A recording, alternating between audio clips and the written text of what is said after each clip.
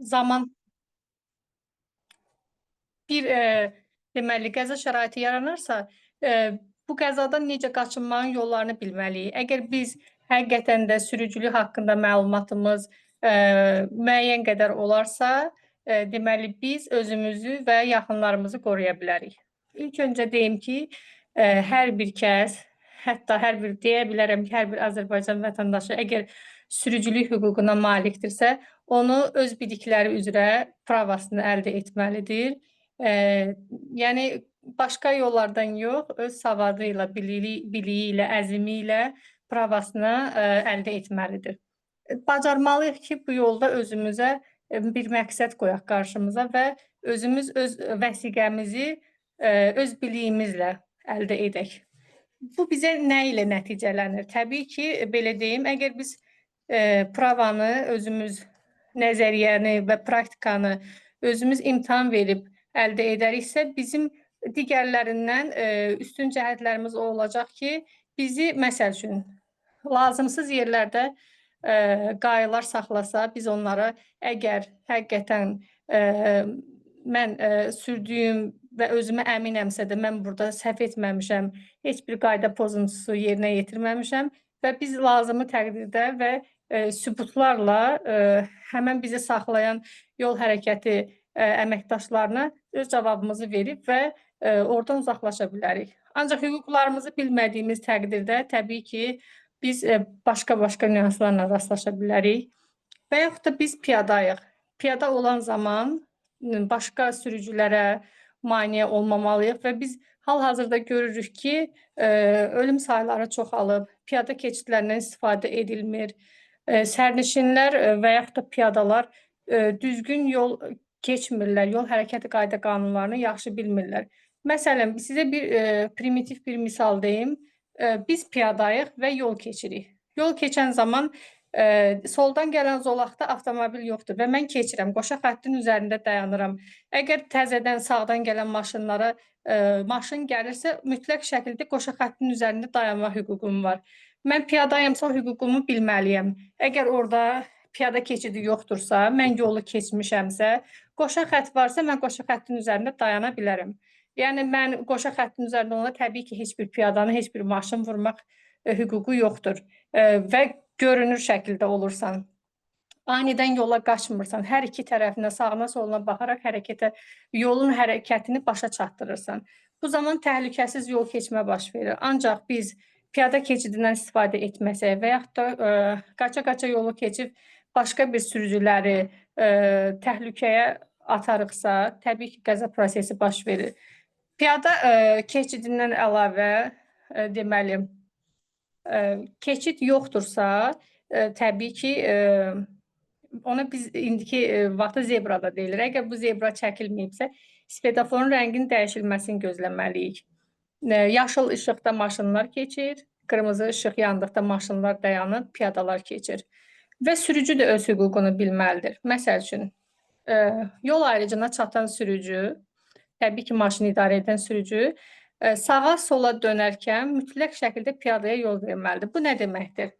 Mən nəyə görə düzünə gedəndə piyadaya yol vermirəm, amma sağa sola gedəndə piyadaya yol verməliyəm? Bunun bir açıqlanması təbii ki, vardır. Düzünə gedən zaman mənim yaşıl işığım yanır. Maşın zaten hərəkət edir yaşılda və həmən oradakı zolaqdakı piyadalar dayanır. Ancaq sağa sola dönən zaman piyada qırmızıdan keçir axı. Sağımın, solumun yaşılı yox, svetoforunun qırmızısı yanır. Və sağa sola dönən zaman piyadalar ona görə üstünlük təşkil edir ki, piyada onsuz da qırmızıdan keçir. Və biz mütləq şəkildə piyadaya yol verməliyik. Dönən zaman sağımıza və solumuza dönən zaman. Və yaxud da başqa bir misal çəkə bilərik. Düz yol getdiririk və getdiyimiz yerdə piyada keçidi var. Piyada keçidində biz ilk öncə sürətimizi azaltmalıyıq. Bəzən piyadada yox, qəza şəraitini yaradan elə sürücünün özü olur. Bizə əvvəlcədən xəbərdarlıq nişanı verilir. Ona görə biz nişanları dəqiq bilməliyik və peşəkar sürücü olmamış yola çıxmamalıyıq. Xəbərdarlıq nişanının mənası nədir? Xəbərdarlıq nişanı odur ki, 50 metrdən öncə yaşayış məntəqəsində qurlaşdırılır 50 metrdən öncə bizə xəbər verir ki, burada piyada keçid olacaq və yaxud da uşaqlar nişanı verir ki, burada məktəb var, bağça var. Sən ay sürücü sürətini azalt. Əgər azaltmırıqsa, təbii ki, qəza baş verirsə, bu sürücü məsuliyyətə cəlb olunur. Mütləq şəkildə sürəti azaltmaq lazımdır hər bir halda. 60-dan yuxarı şəhər içi sürmək olmaz. Əgər sürəriksə, biz qəzaya şərait yaratmış sayılırıq.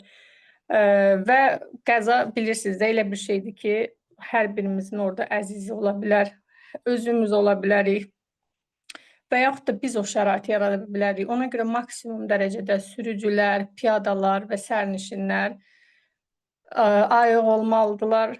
Yol hərəkəti qayda qanunlarını dəqiqliklə bilməlidirlər və sonra yola çıxmalıdırlar.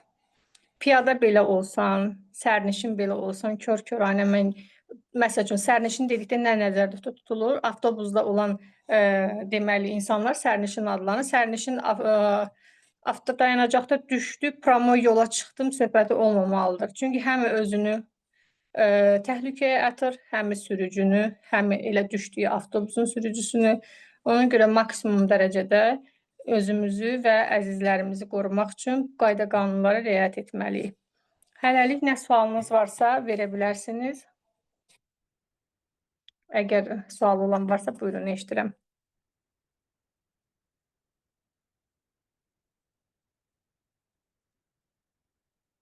Rahilə xanım, mənim sualım var idi. Sərt eniş nişanı deyilər. O nə yarayır? Sərt eniş, yoxsa sərt döngə, təhlükəli döngə? Sərt eniş. Sərt eniş. Aha. Deməli, bu nişan təbii ki, eniş yoxuş nişanlarından biridir. Sərt eniş edən zaman, əgər biz, deməli, yuxarıdan aşağı düşürüksə, hər bir tərəfi görürük. Yəni, biz yuxarıda olduğumuz üçün qarşımızdan gələn avtomobilləri görürük. Bu zaman yoxuşda olan avtomobillərə mütləq şəkildə yol verməliyik. Çünki onlar bizi görmürlər, biz onları görürük. Və yaxud da sərt eniş edən zaman başqa bir halda baş verir ki, məsəl üçün, mexanika sürən sürücülər deməli, sürətlər qutusunu 1-ə endirir və yavaş-yavaş düşməlidir ki, hər an hər bir şey baş verə bilər. Maşın, məsəl üçün, öz-özünə axa bilər, maşın öz-özünə, nə bilim, harasa dəyə bilər, sükanı biz yığışdıra bilmərik və qarşıdakı gələn avtomobillərə zərər verə bilərik deyən sərt eniş zamanı maksimum dərəcədə yavaş sürməliyik. Başqa sualınız var? Yəni, eniş yoxuş nə deməkdir? Eniş odur ki, hündürlükdən enirik, yoxuş da odur ki, hündürlüyə qalxırıq. Və bunun faiz dərəcələri var. Təbii ki, buna biz preval deyirik. Orada maksimum dönmə faizləri falan var, o dəyişir. Rəqəmlər eyni qalmır orada heç vaxt.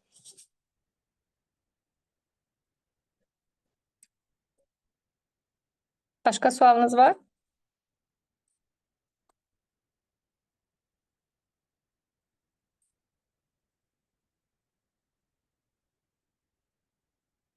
Məni eşidirsiniz?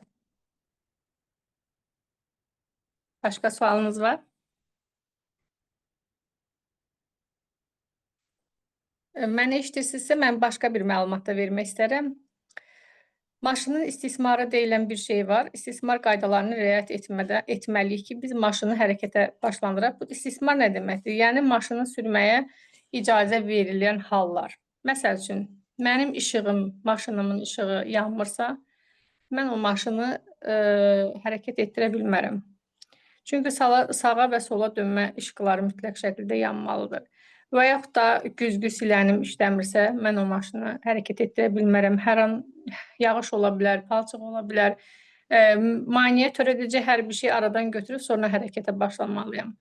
Məsəl üçün, yük var maşında, o yük elə etməliyəm ki, mənim görmə pəncərəmi, görmə güzgümü qarşısını kəsməsin ki, qəza şəraiti yaranmasın. Ümumiyyətlə, bütün bu sadaladığımız, bütün yol hərəkəti qayda qanunlarına aid olan bu detalların hamısı qəzanın qarşısını almaq üçündür.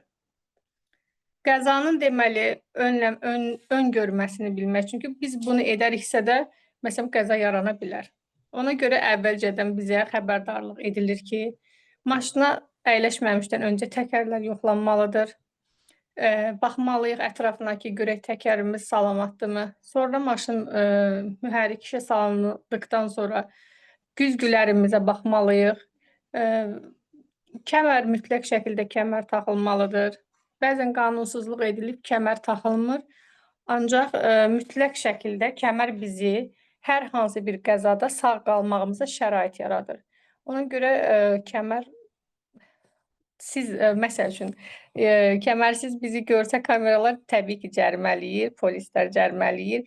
Ümumiyyətlə biz bütün yol hərəkəti qaydalarından kənara çıxarıqsa, bizi cərimələyirlər və cərimələmək də həqiqətən əslində mən belə düşünürəm ki, çox yaxşı bir şeydir ki, insanların ölüm hallarının, qəza şəraitlərinin qarşısı alınır. Bütün bu qayda qanunlar hamısı bizim sağ-salamat yolu gedib başa çatdırmağımız üçündür. Bir də biz məsəl üçün sırf cəriməyə görə bu qaydalara əməl etməməliyik. Cərimə ay tətbiq olunar deyən biz bu yol hərəkəti qayda qanunlarını öyrənməməliyik. Biz özümüz üçün, sevdiklərimiz üçün, yaxınlarımızın sağ-salamatçılığı üçün özümüzə görə təbii ki, hər hansı bir cəriməyə görə yox. Özümüzə görə bu qaydaları, bu bacarıqları bilməliyik, bilmiriksə də öyrənməliyik. Təbii ki, öyrənmək üçün hal-hazırda vəsaitimiz Talıbovun testi və kitablarıdır. Göstərə bilərəm sizə. Hal-hazırda Azərbaycanda olan nəzəri biliklər burada qeyd olunubdur ki, bunu bilən hər bir vətəndaş özü gedib öz vəsiqəsini pulsuz şəkildə imtahan verərək əldə edə bilər.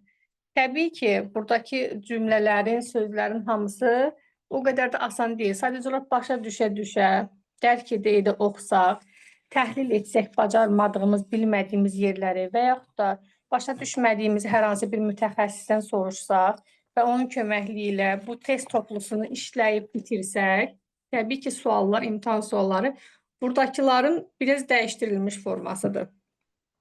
Tam özü olmasa da dəyişdirilmiş forması. Bunları bilən hər bir vətəndaş özü öz vəsiqəsini əldə edə bilər və savadlı, bilikli şəkildə öz sürücülüyünü davam etdirə bilər.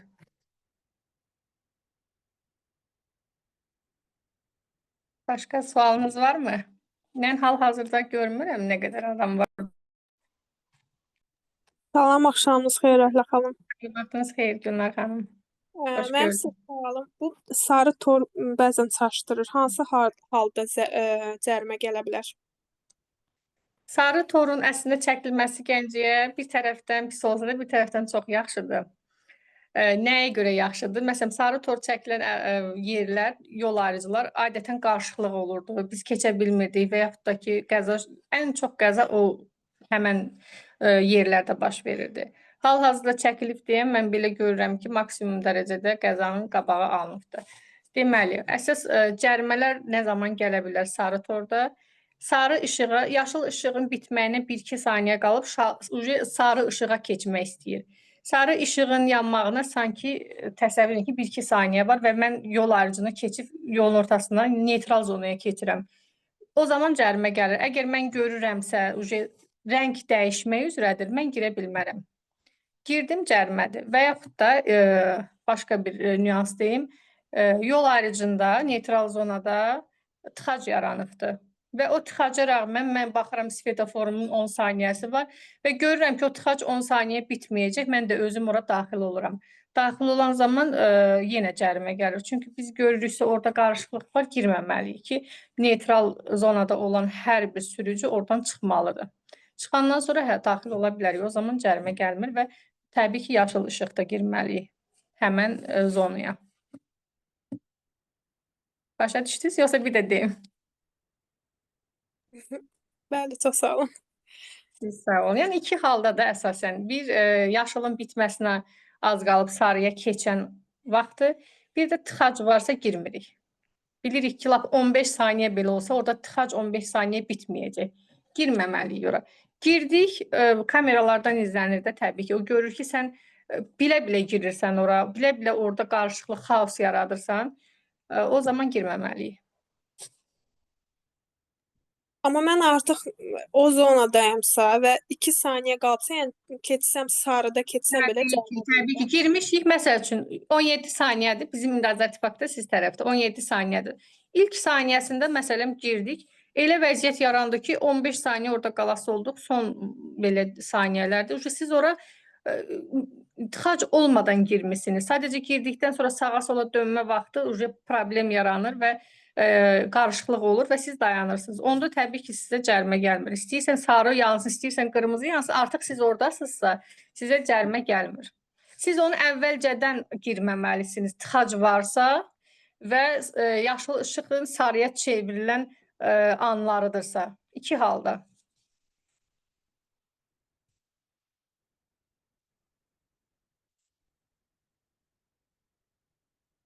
Başqa sualınız var?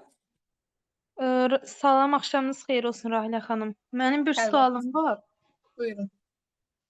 Mən elə bil ki, maşın sürəndə rahat sürürəm. Sadəcə çətini maşına oturuncaya qədər də, yəni onu xoddayana qədər çox dəhşət həyəcanlanıram. Maşın xoddananda yola düşəndə rahat oluram. Yəni normal sürürəm, eləyirəm.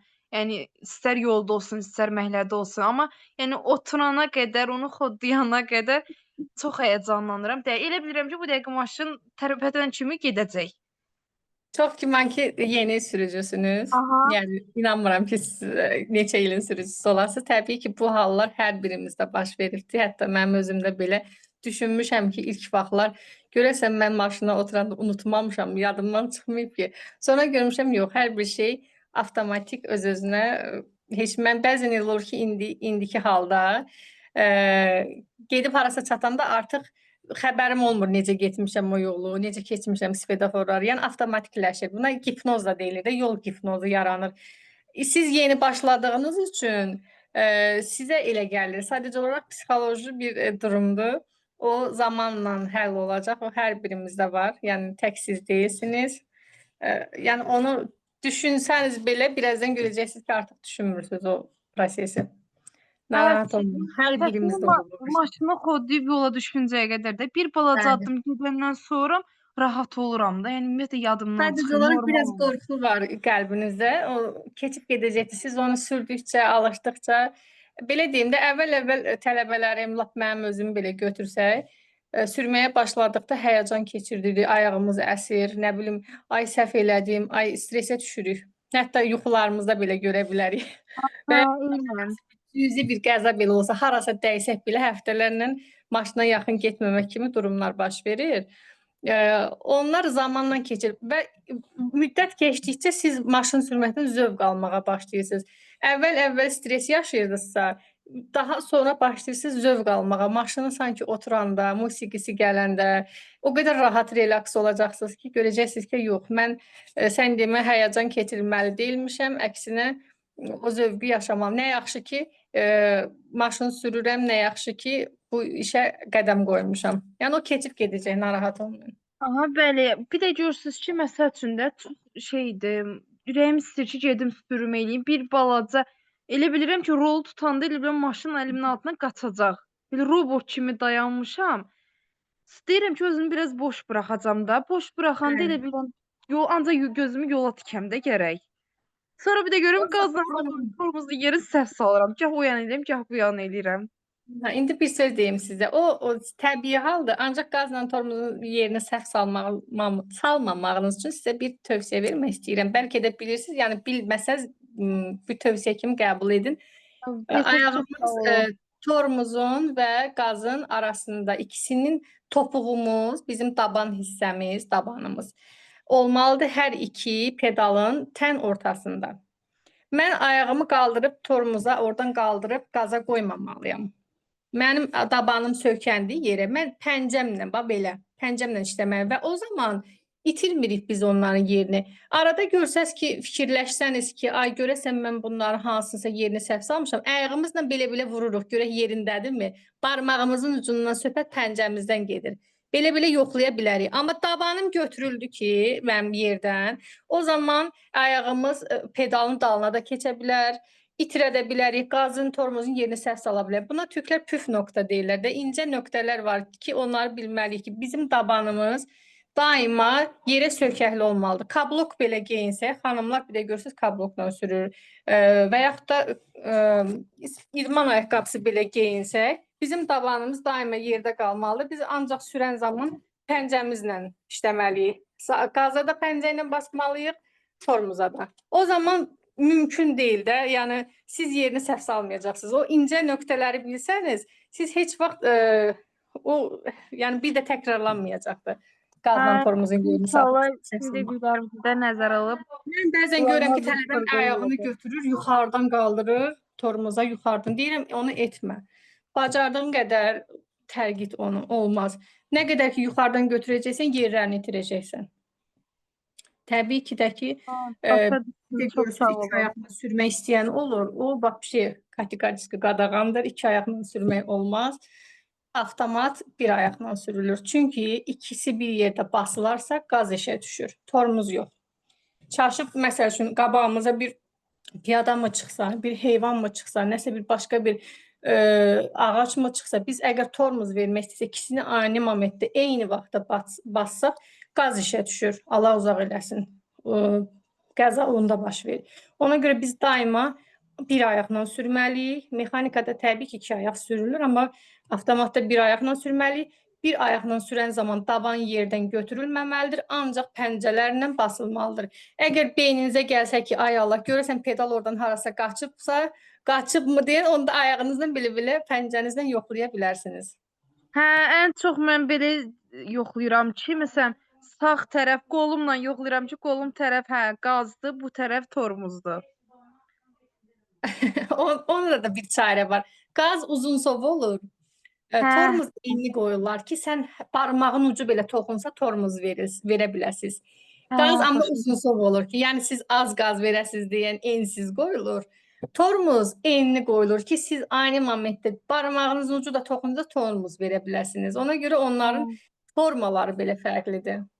Hə, başa düşdüm. Çox sağ olun. Nə qədər hələ bilmədiklərimi öyrəndim sizdən.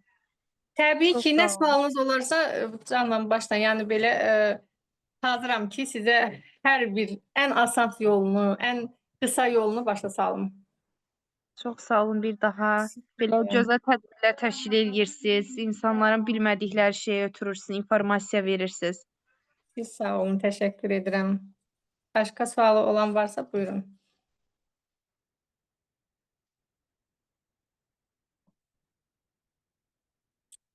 Var sual? Yoxdursa mən danışım. Əgər sizi yormuramsa.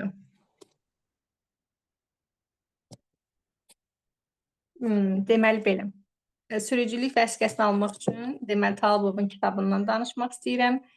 Deməli, bu kitab belə çox görünsə də, gözümüzü qorxutsa da, əslində içərinə daxil olduqca görürük ki, həqiqətən bizə lazımlı məlumatlar toplusudur. Təbii ki, sürücülər üçün lazımlı məlumatlar toplusudur.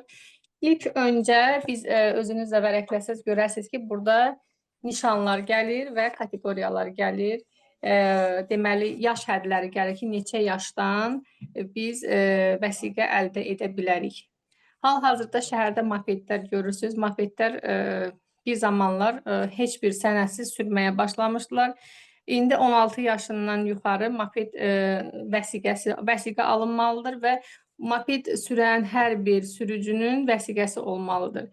Fikir vermisiniz ki, bu moped yəni hansılara aiddir? Məsələn, Boltdur, Voltdur, onların hər hansı bir kuryerlərin sürdükləri motosikletə oxşayan balaca motosikletlərdir, moped adlanır. Mühərrik həcminə görə moped adlanır. Onlar hal-hazırda deməli deyə bilərəm ki, ən təhlükəli sürən sürücülərdəndirlər. Baxmırlar yollara, zolaqlara. Onların məsələn ikinci zolağa keçmək icazəsi yoxdur, ancaq hamısı ikinci zolaqda gedir və anidən dönürlər, istədikləri sfedoforun rənginə fikir vermədən istədikləri tərəfə dönürlər. Və biz sürücülər nə etməliyik ki, onlardan deməli, o vəziyyətlərdən yan keçməliyik. İlk öncə hər bir halda hərəkət üçün lazım olan nişanlara və svetofora və başqa bir şeylərə baxmamışdan öncə birinci növbədə özümüzü qorumalıyıq. Hər bir halda əgər biz məsəl üçün baş yol nişanı veribsə belə, mən sağıma soluma baxıb keçməliyəm. Anidən həmin o moped sürücüsü çıxa bilər qarşıma. Və yaxud da operativ nəqliyyat vasitələri var. Onlar təcili yardımdır, polisdir, deməli, yanğın söndürən maşınlardır. Onlar da əgər operativ halda gəlirlərsə, səs və işıq siqnalı qoşuludursa, biz məsəl üçün baş yoldayıq.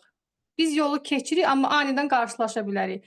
Ona görə maksimum dərəcədə baş yol belə olsaq və yaxud da yaşıl işıqda belə keçsək, sağımıza, solumuza baxmalıyıq. Deməli, burada məqsəd nədir? Özümüzü qorumalıyıq hər bir halda. Bütün üstünlük nişanlarında biz olsaq belə üstün, yenə də özümüzü qorumalıyıq. Ki, bu hallar, məsələn, mopedlə toqquşmalar baş verməsin və yaxud da, belə deyim, əgər baş verərsə, biz öz hüquqlarımızı bilməliyik. Məsəl üçün, mən bir rastlaşdım təzəlikcə belə bir hadisə ilə, moped sürücüsü səhv zolaqla gəlir, əks tərəfli zolaqla gəlir və maşına toxunur. Maşını sürən xanım idi, belə baxıram ki, qayda qanunu bilmədiyi üçün düşdü, həmən adamı xəstəxanaya da apardı, mopedini də yenilədi və sevindi ki, şükür Allaha, nə yaxşı da yəni həll olundu, ölüm itimi olmadı. Amma biz onu düşünməliyik ki, orada xanım haqlı idi. Mopedin sürən sürücü birincisi əks zolaqda nə işi var? İkincisi, sağdan gələn maşın, sağdan gələnlər həmişə üstündür. Sağına yol verməli idi. Əgər moped sürən öz hüququnu bilmir və hardan gəlir sürürsə, biz ona dəyiriksə, o demək deyil ki, biz günahkarıq. Günahkar onlardır. Yeri gələndə cəriməsini də onlar ödəməlidir, yeri gələndə cəzasını da onlar çəkməlidir. Ona görə bütün bu hallarla, operativ nəqliyyat vasitəsilə belə toqquşma halları baş verə bilər. Siz öz hüququnuzu bilməlisiniz ki, məsəl üçün, təcili yardım gəlir, bunun səs siqnalı və işıq siqnalı qoşuluydumu? Bəlkə qoşulu deyildi, siz onun nə işığını görməmisiniz, nə səsini eşitməmisiniz. Və yaxud da mopedin özü, bəlkə əks zolaqdan gəlir. Siz öz hüququnuzu bilmək üçün yol hərəkəti qayda qanunları bilməlisiniz və bu kitabdakı nişanları əzbərdən bilməlisiniz ki, mən bu nişanda bəli, düz gəldim, mən düz döndüm, mən üstün idim. Əgər bu bilməsəniz, təbii ki, başqasının günahını siz çəkəcəksiniz. Başqasının vurduğu ziyanı, halbuki siz qarşılamalı deyildiniz, amma sizə ödətdirəcəklər. Çünki siz hüquqlarınızı bilmirsiniz. Ona görə də çalışmaq lazımdır. Biliklərimizi, sürücülük haqqında olan məlumatlarımızı genişləndirmək, biliyimizi artırmaq lazımdır. Mənə elə gəlirsə, mən belə başa düşürəm ki, hətta kişiləri heç qoyuram qıra, xanımlar hamısı vəsiqəsini özü alsa yaxşıdır ki, sabahsı gün hər bir halda özünü müdafiə edə bilsin. Belə. Sonra başqa bir deyəsən çox danışdım, bilmirəm, sizi yormuram ki, əgər sualınız varsa, buyurun verə bilərsiniz.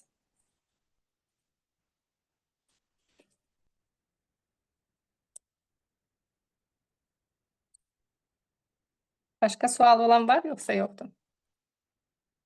Yoxdursa, mən başqa bir nüansda göstərmək istəyirəm sizə. Bax, belə yol ayrıcıları var, baş yolla tənzimlənən, birinci və ikinci dərəcəli yolla tənzimlənən. Mən özüm keçən dəfə rastlaşdım, baş yolla tənzimlənən yolla gəlirdim. Mən özümün baş yol olduğumu hardan bilim? Nişan varsa, baş yol nişanı varsa, bax bunu görürsünüz, paxlavaya oxşuyur. Baş yol nişanı varsa, deməli mən baş yoldan gəlirəm. Əgər nişan yoxdursa, mən yer örtüyünə baxıram. Mən asfaltdan mı gəlirəm, yoxsa torpaqdan mı gəlirəm? Əgər asfalt örtükdə sürürəmsə, deməli yenə baş yolam, nişan yoxdursa. Torpaq örtükdən gəlirəmsə, baş yol deyiləm. İkinci dərəcəli yol sayılırım. Əgər mən də asfalt örtüklü yoldan gəlirəmsə, mənim ətrafımdan çıxan yol ayrıcından gələn maşınlar da asfalt örtüklü yoldan gəlirsə, onda sağ tərəf üstün olur. Çünki ikimiz də eyni əhəmiyyətli yol sayılırıq. Mənim rastlaşdığım nə oldu? Bu Univermaq tərəfdən, yəqin ki, bilməm, Gəncəni çoxunuz tanıyarsınız. Univermağın arxasından bu manqal dönərə tərəf dönəndə ikimiz də asfalt yolu. Mən soldan gələnə yol vermədim və keçdim. Çünki mən onun sağ tərəfiyəm və mən üstünəm. Keçdim və bir də gördüm bir yaşlı dayı yaxınlaşdı ki, qızım nə vaxt öyrənəcəksiniz? Mən idim, sən niyə mənə yol vermədin? Dedim, sizə onu kim deyir ki, siz üstün idiniz? O deyir, biz baş yoluq. Dedim, baş yol olmağınız üçün sizə nişan verməlidir. Var idi, dedi, xeyr, yox idi. Dedim, bəs siz hardan bilirsiniz, siz baş yolsuz? Deyir, mən geniş yoldan gələm. Dedim, nə qədər geniş yoldan belə gəlsəz, sizə qoşulan yol, əgər asfalt yoldursa və orada nişan yoxdursa, mən üstünəm, siz deyil. Çünki ikimiz də asfaltdan gəlirik. Eyni əhəmiyyətli yoldur. Gördüm ki, nəsə başa düşmək istəmir. Dedim, nə vaxtsa qayı cərmələsə, onda biləcəksiniz ki, mən düz deyirəm. Və sizə də tövsiyə edirəm ki, əgər sürücü hal-hazırda sürən xanımlar burada varsa, görsəz ki, nişan var, nişana riayət edin. Nişan yoxdur, yer örtüyünə baxın. Əgər ikiniz də hətta torpaqdan gəlirsinizsə, onda sağ tərəf üstündür. Necə ki, ikimiz də asfaltdan gəliriksə, sağımız üstündür. Əgər ikimizdə də asfalt yoxsa, torpaq quruntava yoldan gəlirsə, sağdan gələn üstündür. Və belə bir şey də deyim, yol hərəkəti deməli, qayda qanunlarında ən başlıcası, ən üstünlüyü polis əməkdaşıdır ki, əgər yolda durursa, hər hansı bir əlindəki jezi hərəkət etdirirsə, sizə və yaxud da dur siqnalı verirsə, istəyirsiniz orada dayanmaq, durmaq qadağan olsun, siz orada durmalısınız. İstəyirsiniz sfedoforun işığı, məsələn, qırmızı olsun, o sizə hərəkət et deyirsə, əlindən dairəvi hərəkət çəkirsə, siz o yolu keçməlisiniz. Və yaxud da yaşıl yanırsa, sizə dur deyirsə, siz durmalısınız. Ən üstünü, deməli, polisdir. Polisdən sonra, əgər polis yoxdursa, sfedofora baxırıq. Sfedofor üstündür. Yəni, işıqfor. İşıqforun işığı bizə hara hərəkət edəcəyimizi deyir. Əgər işıqfor da işləmirsə, onda üstünlük nişanlarına baxırıq. Yəni, nişanlara baxırıq, ümumi nişanlara baxırıq. Əgər nişan yoxdursa, o zaman yer səthinə baxırıq ki, mən görüm asfaltdan mı gəlirəm, beton yoldan mı gəlirəm, daş yoldan mı gəlirəm və yaxud da torpaq yoldan mı gəlirəm. Əgər onu da ayırd edə bilmirsinizsə, sağdan gələn üstündür qaydasına riayət edirik. Daima sağdan gələn üstündür. Özünüzü üstün saymırsınız, sağınızdan gələn üstün sayırsınız ki, yol hərəkətində qəza baş verməsin. Təbii ki, bu qədər öyrəndiklərimiz, danışdıqlarımızda əsas məqsəd yol hərəkəti zamanı qəzaların qarşısı alınması və sağ-salamat yolu başa vurmağımız üçündür. Belə. Başqa əgər sualı olan varsa, buyursun. Rahilə xanım, stop xəttini keçmişəmsə əgər, amma piyada zolağını tapdalamamışamsa, cərimədir. O da Təbii ki, təbii ki. Belə deyim. Maşınla gəldiniz, işıqforun qarşısında stop xətti yoxdursa, işıqforun qarşısında dayana bilərsiniz. Düz işıqforla eyni, paralel dayana bilərsiniz. Yox, stop xətti çəkilibsə, mütləq şəkildə stop xəttindən öncə dayanmalısınız. Keçdiniz 40 manat cərimədir. Yox, piyada da keçidi var da, təbii ki, işıqfordan sonra da piyada zebra var. Zebranı da keçsəz 100 manat cərimədir. Keçməsəz 40-dır, çünki stop xəttini keçmişsiniz. Yox, zebranı keçsəniz, 100 manat cərimədir. Hətta bəzən olub ki, mən görmüşəm kameradan, görüntülərdən. Keçib stop xəttini yavaş-yavaş dala-dala verən sürücülər olubdur. Yenə də 40 manat cərimə gəlir. Çünki bəri başdan siz onu görməlisiniz, diqqətli olmalısınız. Belə deyim də, məsəl üçün, 3 zolaq var, biri sağa dönür, biri düz, biri sola dönür və yaxud da ki, sağa sola və hamısı düzünə gedir. Siz də istəyirsiniz ki, sağa dönəsiniz, çaşıb sol zolaqda qalmısınız. Siz bəri başdan özünüz tənzimləməli idiniz ki, mən sağa dönəcəm, bəri başdan qırıq-qırıq xəttdən mən sağ zolağa keçməliydim. Durum soldan sağa, xətt bütövləşir axı. Sfedofora çatan vaxtı qırıq-qırıq xətt başlayır bütövləşməyə. Mən soldan sağa dönüm, bütöv xətti ayaqlayım, keçim, o da cərimədir. Yəni, xətt bütövləşəndən sonra istəyirsən stop xətti, şaquli, istəyirsən mailə olsun, istəyirsiniz üfüqi dayansın. Bütöv xətti ayaqlayıb keçmək cərimədir.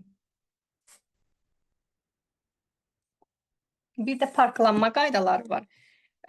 Onu da deyim ki, parklanma zamanı getdiyin istiqamətdə maşını parklaya bilərik. Məsələn, bir tələbəm var idi, ona cərimə gəlmişdi. Mən ona dönə-dönə demişdim, ancaq mənə yəqin ki, qulaq asmamışdı həmin vaxtı. Əks istiqamətdə maşınını saxlayıb park edib getmişdi və gələndə görmüşdü ki, ona cərimə gəlibdir. Cərimənin də təbii ki, altında qeyd olunur ki, nə səbəbə cərimə gəlir. Əgər düz istiqamətdə saxlasaydı, getdiyin zolaq istiqamətində maşınlar ki, necə düz istiqamətdə gedir, üzü qabağı, o istiqamətdə saxlasaydı, təbii ki, ona cərimə gəlməyəcəkdi, amma getdiyi zolağın əks protiv versiyasında saxladığı üçün ona cərimə gəlmişdi. Zəhmət olmasa ona da diqqət edin. Həmişə saxlayan zaman maşını üzü gedən istiqamətdə saxlayın. Əks istiqamətdə saxlamayın.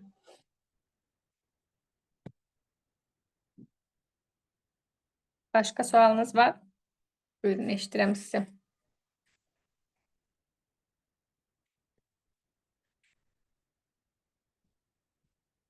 Umay xanım, buradasınız?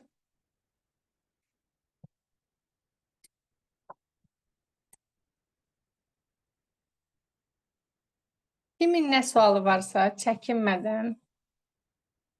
Yəni, ayıbdır, mən bunu deməyim, başqa vaxtda hər hansı vaxt öyrənərəm deməyin. Yəni, nə sualınız varsa, ürəyinizdən hansı sualı keçirsə, hətta sürücülüklə bağlı olmaya da bilər, başqa bir sualınız varsa verə bilərsiniz. Əgər məlumatım olsa, canla başla cavablandıracağım.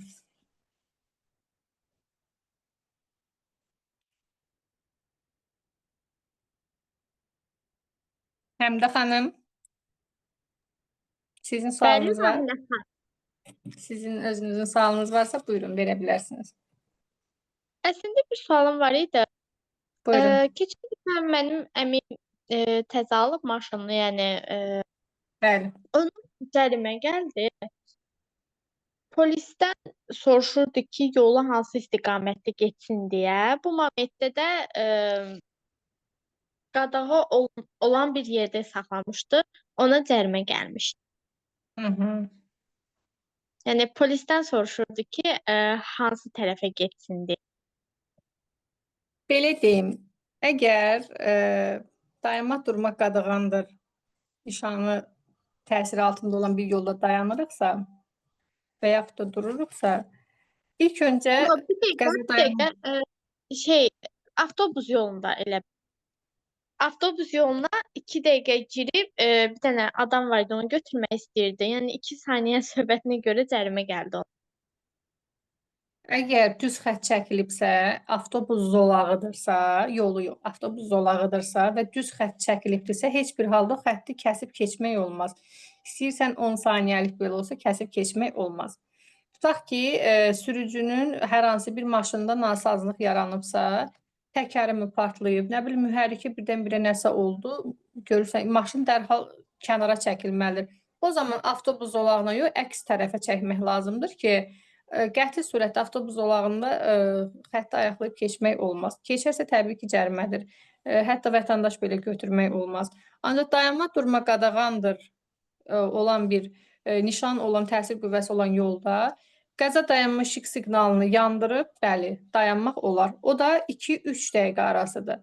3 dəqiqədən sonra nişan çıxarılmalıdır. Qəza dayanma işıq siqnalının işıqlarından əlavə nişan qoyulmalıdır. Bir 15 metr aralıda nişan qoymalısan ki, yəni həqiqətən mənim maşınımda hər hansı bir nasazlıq var və yaxud da özümdə nasazlıq var, ürəyim mi tutub, başım mı hərlənir, hər bir şey ola bilər. Hər bir halda deməli qəza dayanma işıq siqnalı yandırılmalıdır. Sizin qolunuz da əgər zaten iki tərəfli yoldur da, bir tərəfdə avtobus zolağı varsa, digər tərəfə keçib məsələn piyadanı götürə bilərdi.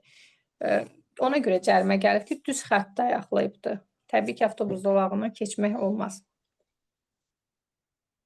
Çox sağ olun, Rahilə xanım. Sağ olun. Bir də məsəl üçün bir məlumat da verim ki, biz sürücülər elə bilirik ki, hər kəs biz sürəndə kənardakılar elə bilir biz professional sürücüyük. Biz də sürəndə elə bilirik ki, kənarda gedən maşınlar professionaldır və yaxud da piyadalar professionaldır və yaxud da sərnişinlər məlumatlıdır və yaxud da ayıqdır. Halbuki bu halların heç biri biz əgər elə düşünürüksə düzgün deyil. Siz onu bilməlisiniz ki, hər bir halda qanunsuz, içkili halda sürəndə ola bilər və yaxud da antidepressant dərmanlar qəbul edib o dərmanın təsiri altında maşın sürənlər də ola bilər və yaxud da piyada keçidinə çatırsınız və yaxud da heç piyada keçidi deyil, hər hansı bir piyada özünü yola atıbdır, o piyadanın şəkəri riski düşə bilər və siz onu elə bilərsiniz ki, o sizi görür və yaxud da o görərsiniz ki, o sizi görmürmüş. Çünki öz əhvalı dəyişibdir, artıq o hala çöndü. Siz onların hər birini nəzərə almalısınız və yaxud da piyada kar ola bilər. Siz elə bilərsiniz ki, o sizin siqnalınızı eşidir və yaxud da kör piyadalar var. Siz onu elə bilərsiniz ki, görür, yola atıldı. Hər bir halda siz özünüzü və piyadanı qorumalısınız. Elə zənn eləməlisiniz ki, hər bir kəs hər şeyi bilmir. Bilir deyə yox, bilmir deyə zənn eləməlisiniz və buna görə də sürücüdən də, piyadadan da uzaq durmalıyıq, uzaq keçməliyik yolu. Məsafəni maksimum ona yaxın yox, maksimum ondan uzaq şəkildə qət etməliyik. Deməməliyik ki, görür də onsuz. Məsəl üçün, qaçmaz yola, onu düşünməməlisiniz. Yolda iki uşaq gedirsə, biri bir-birini qəsdən itələyə də bilər hər bir halda və yaxud da hansınsa başı hərlənib yıxıla da bilər, ayağı sürüşüb yıxıla da bilər. Ona görə maksimum dərəcədə piyadadan, sərnişindən və başqa digər sürücülərin maşınlarından məsafəcə biraz aralı sürmək lazımdır ki, özümüzü qoruyaq və təbii ki, sevdiklərimizi, əzizlərimizi və yaxud da başqasının sevdiyini, əzizliyini qoruyaq. Bir də bir nüansda çatdırım ki, maşından düşən zaman mütləq şəkildə güzgülərə baxılmalıdır.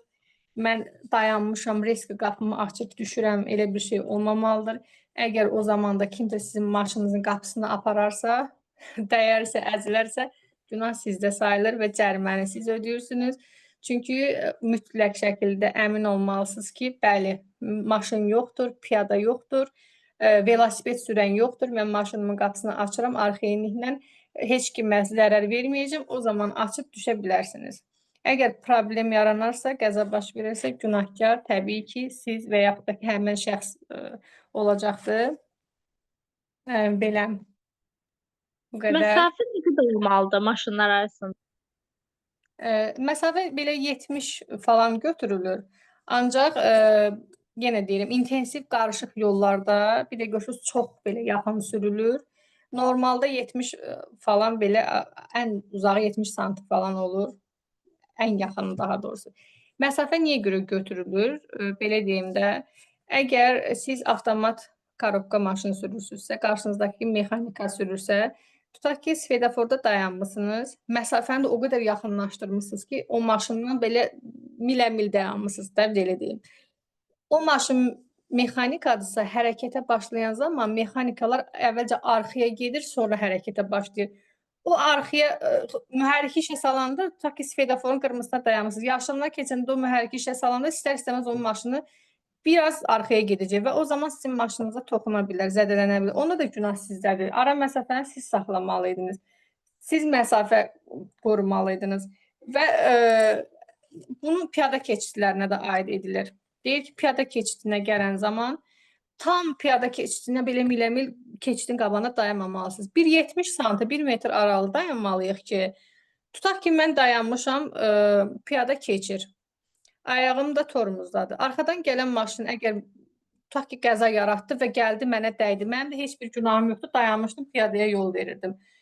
Əgər mənim məsafəm olarsa, ən azından maşınım gedər, mənə dəydiyi maşın, dəyən maşın, mənə zərər verən maşın məni 1 metr qabağa ata bilər də, ayağım tormozdadır deyə. Ancaq mən yaxında olsam, düz piyada keçidinin qarşısında dayansam, mənə dəyən maşın məni 1 metr qabağa atan zaman mən piyadaya dəyəcəm. Və piyadaya dəyən sürücü günahkar sayılır. Arxadan gələn qəza şəraiti yaradan, belə deyim də, qəzanın məsəl üçün cəriməsini ödəyib aradan çıxacaqdır. Ancaq siz piyadaya dəydiyiniz üçün məsuliyyətə cəlb olunacaqsınız. Ona görə mütləq şəkildə ara məsafə saxlanmalıdır. Ən az 70 sm, ən belə 1 metr saxlanmalıdır. Onu necə bilməliyik ki, tutaq ki, mən hardan bilim ki, 1 metr var, 70 sm var, 80 sm var. Təbii ki, düşüb ölçmürük ki, maşının nömrəsinə baxırıq. Qarşıdakı maşının arxadakı nömrəsini biz yaxınlaşdıqca nömrə itməyə başlayır. Biz nə qədər uzaq olacaqsa, maşının nömrəsi tam aydın şəkildə görsənir. Təbii ki, önümüzdəki maşından söhbət gedir. Biz yaxınlaşdıqca nömrə yavaş-yavaş düşür aşağı. Biraz da yaxınlaşdıqca nömrəni ucu itiririk. Tam yaxınlaşdığımızda, tutaq ki, 1-2 sm qalıb, 5 sm bir qarış qalıb, biz nömrəni görmürük. O zaman bilməliyik ki, artıq biz ara məsafəni itirmişik. hər hansı bir halda mənə dəyə bilərlər. Mexanikadırsa arxaya gedib dəyə bilər və yaxud da arxadakı maşın mənə dəyərsə mən gedib ona dəyə bilərəm və zəncirvari qəzalar adətən bu halda baş verir ki, çox ara məsafə yaxındır. Bu buna dəydikcə o birisi də ona dəyir və ara məsafə uzaq olsaydı bəlkə də bir maşın xəsarət alacaqdısa, ara məsafə yoxdur deyən başlayır zəncirvari qəza yaranmağa, çoxlu maşın xəsarət alır. Belə. Başqa sualınız varsa buyurun, eşidirəm sizi. Rahilə xanım, bu yaxınlarda piyada keçidində deyil də, yəni ki, daha aralıda piyada dayandı və ona yaxınlaşdığım zaman reski özünü yola atdı. Bəli. Və mən reski tormuz bastım, amma arxadakı maşını artıq görmədim ki, varmı, yoxmu, çünki həmin anda fikirləşəmədim onu. Və o gəlib mənə dəysəydi, o məsuliyyət məndə idi? Yəni Deyir, ondadır. O arxadan deyir həmişə dəyən günahkardır. O da ara məsafə saxlamalıdır. O da düşünməlidir ki, siz aynı momentdə qabağınıza uşaq da çıxa bilər, velosiped də çıxa bilər, piyada və yaxud da hər hansı bir maşında çıxa. Siz aynı momentdə tormuz verirsiniz. O sizə dəyirsə günah sizdə ondadır təbii ki. Çünki o ara məsafə saxlamalıdır. Mən dediyim kimi o biraz aralıda olmalı ki, siz ani tormuzlanma zamanı o sizə dəyməməlidir. Və zəncirvari qəza ona görə deyirəm də, sizə yaxın olsa təbii ki, sizə dəyəcəkdir. Amma günah yenə də onda olur. Deyir, günah təbii ki, arxadan dəyən sürücüdə olur. Ancaq bir dənə nüans var ki, siz yaxşı ki, məsəl üçün onu yol ayrıcında etməmisiniz. Yol ayrıcında tutaq ki, svetoforun yaşıl işığı yanır, sarıya keçməyinə 1-2 saniyə qalıb, siz keçirsiniz yola. Həmin şey orada baş veribsə, ani tormuzlama, sərt tormuzlanma etmisinizsə və sarı işıqda gəlib sizə dəyirsə, onda siz günahkar sayılırsınız. Çünki siz o sarı işıqda keçmisinizsə, dərhal prosesi başa çatdırmalısınız. Ancaq bu normal yolda gəlirdisə, düz gəldiyiniz yerdə baş versə, onda ara məsafə saxlanmalı idi. Yəni bu kitabın özündə də həmin eyni siz dediyiniz qayda var ki, anidən tormuzlanma edirsinizsə, mütləq şəkildə ara məsafəsi saxlanmalıdır və arxadan gələn hər bir halda sizə dəyməməlidir. Və yaxud da o sizə də aiddir. Siz ara məsafə saxlamalısınız ki, birdən qabağınızda gedən heç işıq siqnalı yandırmadı, riski döndü sola. Siz onları nəzərə almalısınız. Deyir, həqiqi sürücü, əsl sürücü olmaq istəyirsinizsə, tək öz maşınınızı sürməyi bacarmamalısınız. Siz kənardakı maşınları da sürməlisiniz beyninizdə. Beyninizdə bilməlisiniz ki, sağda parklanan maşın risk işığını yandırmamış yola çıxa bilər. Özünüz yəni hiss eləməlisiniz ki, əgər professional sürücüsünüzsə və olmaq istəyirsinizsə, hiss eləməlisiniz ki, arxadan gələn riski tormuz verib, məsəl üçün də yolun ortasında heç nə səbəbsiz riski tormuz verməməliyəm ki, arxadan gələn mənim maşınıma dəyməsin. Və yaxud da keçən piyadaların beynini oxumalısınız ki, bu riski tullana bilərmi yola, yıxıla bilərmi və yaxud dediyim kimi qulağı eşitməz atılar yola və yaxud da velosiped uşaqdır. Elə bilir ki, hamı ona yol verir, riski çıxar yola. Onların hamısını nəzərə alıb maksimum dərəcədə özünüzü qorumalısınız. Başqa sualınız var? Buyurun, eşidirəm.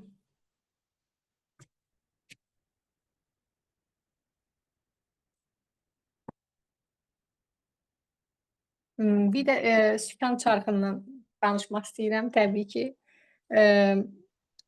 Bəzi hallarda görünür ki, son zamanda cərimə də başladı yazılmağa ki, bir əllə sürən sürücülərə cərimə tətbiq olunacaq, 40 manata qədər cərimə yazılma ehtimalı var. Nəyə görədir o? Söhbət əlini çölə çıxartmaqdan getmir. Heç maşının içində belə olsan, sükanı 2 əlli tutmalıyıq ki, hər hansı bir halda sükan öz-özünə çevrilə bilər. Məsələn, daş keçə bilər təkərin altına. Bilirsiniz ki, təkərlə sükan, tutduğumuz rol eyni səmtə yönəlir, eyni funksiyanı yerinə yetirir. Çünki bitişikdirlər bir-birlərinə. Əgər daş keçərsə və yaxud da hər nəsə bir baş verərsə, təkər riski qırılarsa, sükan fırlanır, çevrilə bilər və qəza yarana bilər. Bir əllə tutan zaman onun qarşısını almaq çox çətinləşir və yaxud da əlinizi belə aşağıdan belə tutan zaman riski rol dönə bilər, barmaqlarınızın qırılma ehtimalı var. Ona görə sükanı qayda qanuna əsasən tuturuq, saat istiqamətində 9 və 2 istiqamətində və yaxud da ki 12, 9, 3 istiqamətdə. Saat necə rəqəmlərini beyninizdə canlandırın. 10 və 2 tutduq belə və yaxud da azca aşağıdan 9 və 3 istiqamətində sükanın çarxını idarə etməliyik. Əgər bir əllə idarə etsək, təbii ki, bu hallarda qəza yaranarsa, biz onun qabağını alma riski azalır. Biz maksimum dərəcədə qayda qanunları bilməliyik ki, özümüzü və bizimlə yol gedən hər hansı bir sərnişini və yaxud da kənardakı sərnişinlərin həyatını təhlükəyə atmayaq.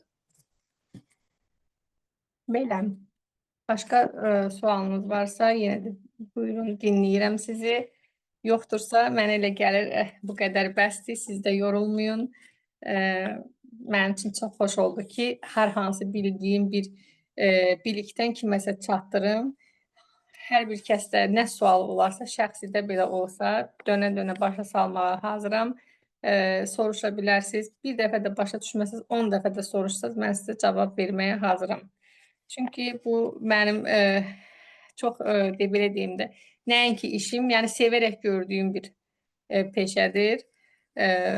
Hər kəsə də işini layiqincə görməyi tövsiyə edirəm. Ürəklə, canla, başla can qoymağı tövsiyə edirəm. Belə. Mən belə deyim də, indiyənə kimi bir təxminən 70-100 arası tələbəm olubdur. Onların heç biri narazı getməyib məndən. Yəni mən gördüyüm, bildiyimə görə, özlərinin də dediklərinə görə heç biri məndən narazı olmur. Çünki maksimum dərəcədə bildiyimi həmən tələbəyə ötürməyi seçmişəm. Maksimum dərəcədə onları maarifləndirməyi özümə borc bilmişəm. Və çox şükürlər olsun ki, hamısı mənim sevimli tələbələrimdir. Mən də onların sevimli müəlliməsiyəm. İnşallah ki, əgər aranızda sürücülük praktiki dərsə qoşulmaq istəyən varsa, mənimlə əlaqə saxlaya bilər. Belə təlimlərdən də əgər sizə xoş oldusa, təkrar keçməyə belə məmnuniyyətlə razı olaram. Hər birinizə təşəkkür edirəm, minnətdaram. Dinlədiyiniz üçün üzr bilin, vaxtınızı aldıq. Belə, nə sualı olan varsa versin, olmayan yoxsa hamınıza təşəkkür edirəm və sağ olaşaq. Suallarınız varsa buyurun, yoxdursa təlimi bitirək. Çox sağ olun hər şey üçün. Var olun. Siz sağ olun. Əziz tələbəm. Bugün müəllimlər günü olduğu üçün bütün tələbələrim məni yazıb. Mənim demək olar ki, xaricdə də tələbələrim var. Polşadan tələbəm var ki, orada oxuyub, gəlib burada sürücülük təlimi alıb, ora gedib hal-hazırda mükəmməl şəkildə sürən tələbəm var. İsveçdə yaşayan tələbələrim var ki, iminli valla təlim üçün gəliblər, nə yalan deyim, bax. Bilet alıb ki, gəlirəm təlimə. Çox şükür ki, qəşəng dərslərimiz keçib, tamamlayıb və hal-hazırda İsveçdə də sürürlər, qayda qanuna riayət edib. Zaten bu kitabın hamısı beynəlxalq qayda qanunlardır. Yəni Azərbaycana xas deyil də, bütün dünyaya xas, bütün dünya bu sistemlə işləyir. Və yaxud da bir tələbəm də bayaq yazdı ki, Almaniyadayım. Hal-hazırda çox sağ olun öyrətdiyinizə görə və Almaniyada sürür. Çox şad oldum. Belə ürəyim genişləndi. Hər birinizə harda oluruqsa olaq, yaşılışığa düşməyi arzu edirəm. Daima qəzasız, bəlasız sürməyi. Sürən zamanda motivasiya olub, belə keyf almağı, ruh yüksəkliyi arzu edirəm. Yəni qorxa-qorxa yox, belə ay yenə mən rolun dalındayam yox. Sevinərək, nə yaxşı maşınım var, nə yaxşı bacarıq Allah mənə verib deyib, şad olaraq sürməyi arzu edirəm. Hamınız mənim üçün dəyərlisiniz, minnətdaram. Ümumiyyətlə, etdiyimiz hər işi seviriksə, o bizə motivasiya verəcək və davamlı olacaq.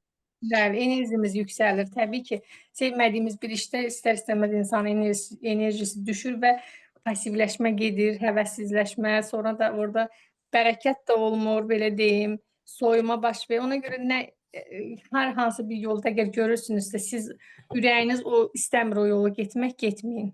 Yəni yox deməyi bacarın. Amma sevdiyiniz bir işə də can atmağı bacarın.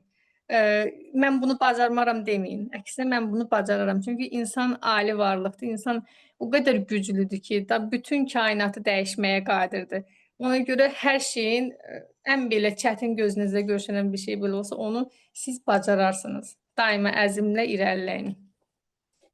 Ümumiyyətlə insan övladının bacarmadığı bir iş yoxdur. Mən bacarmıram sözünü deyənləri qınayıram həmişə ki, bacarmıram sözü yoxdur. İnsan üzərində işləyib hər şeyi bacara bilər. Bu gün bilmədiyini Bacarmıram internet deyən zaman vasitəsilə insan çox qəşəng öyrənə bilərsən. təbii ki, insan ağzından çıxan hər bir söz kod şəklində kainata yayılır. Bacarmıram dedinsə, bacarmayacaqsan. Çünki sənin ağzından o söz çıxır. Və o sənə geri qayıdır ki, sən artıq bacarmırsan. Amma bacararam, bacardım hətta Evrənə deyə mesaj bilirsiniz. ötürmək kimidir o. Bəli. Manifest edirsən ki, mən bunu bacaracam. Yəni manifest etmək nə demək? Yəni niyyət etmək deməkdir, belə deyim.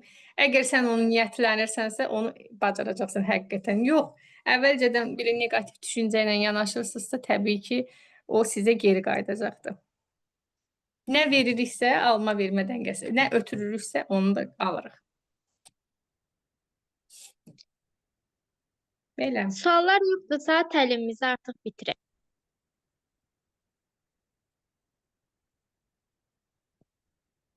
Şad oldum hamınızı qarşısında Təlimimiz təlim artıq bitir. Təlimimiz artıq bitir. İştirakınız üçün hər birinizə təşəkkür edirik. Ümidvarıq faydalı təlim oldu. Rahilə xanım, dəvətimizi qəbul edib gəldiyiniz üçün sizə də öz təşəkkür və minnətdarlığımızı bildiririk. Və fəaliyyətlərinizdə uğurlar arzulayırıq. Çox sağ olun. Mən də Sağ minnətdaram. olun, salamat qalın. Sağ olun. Sağ olun.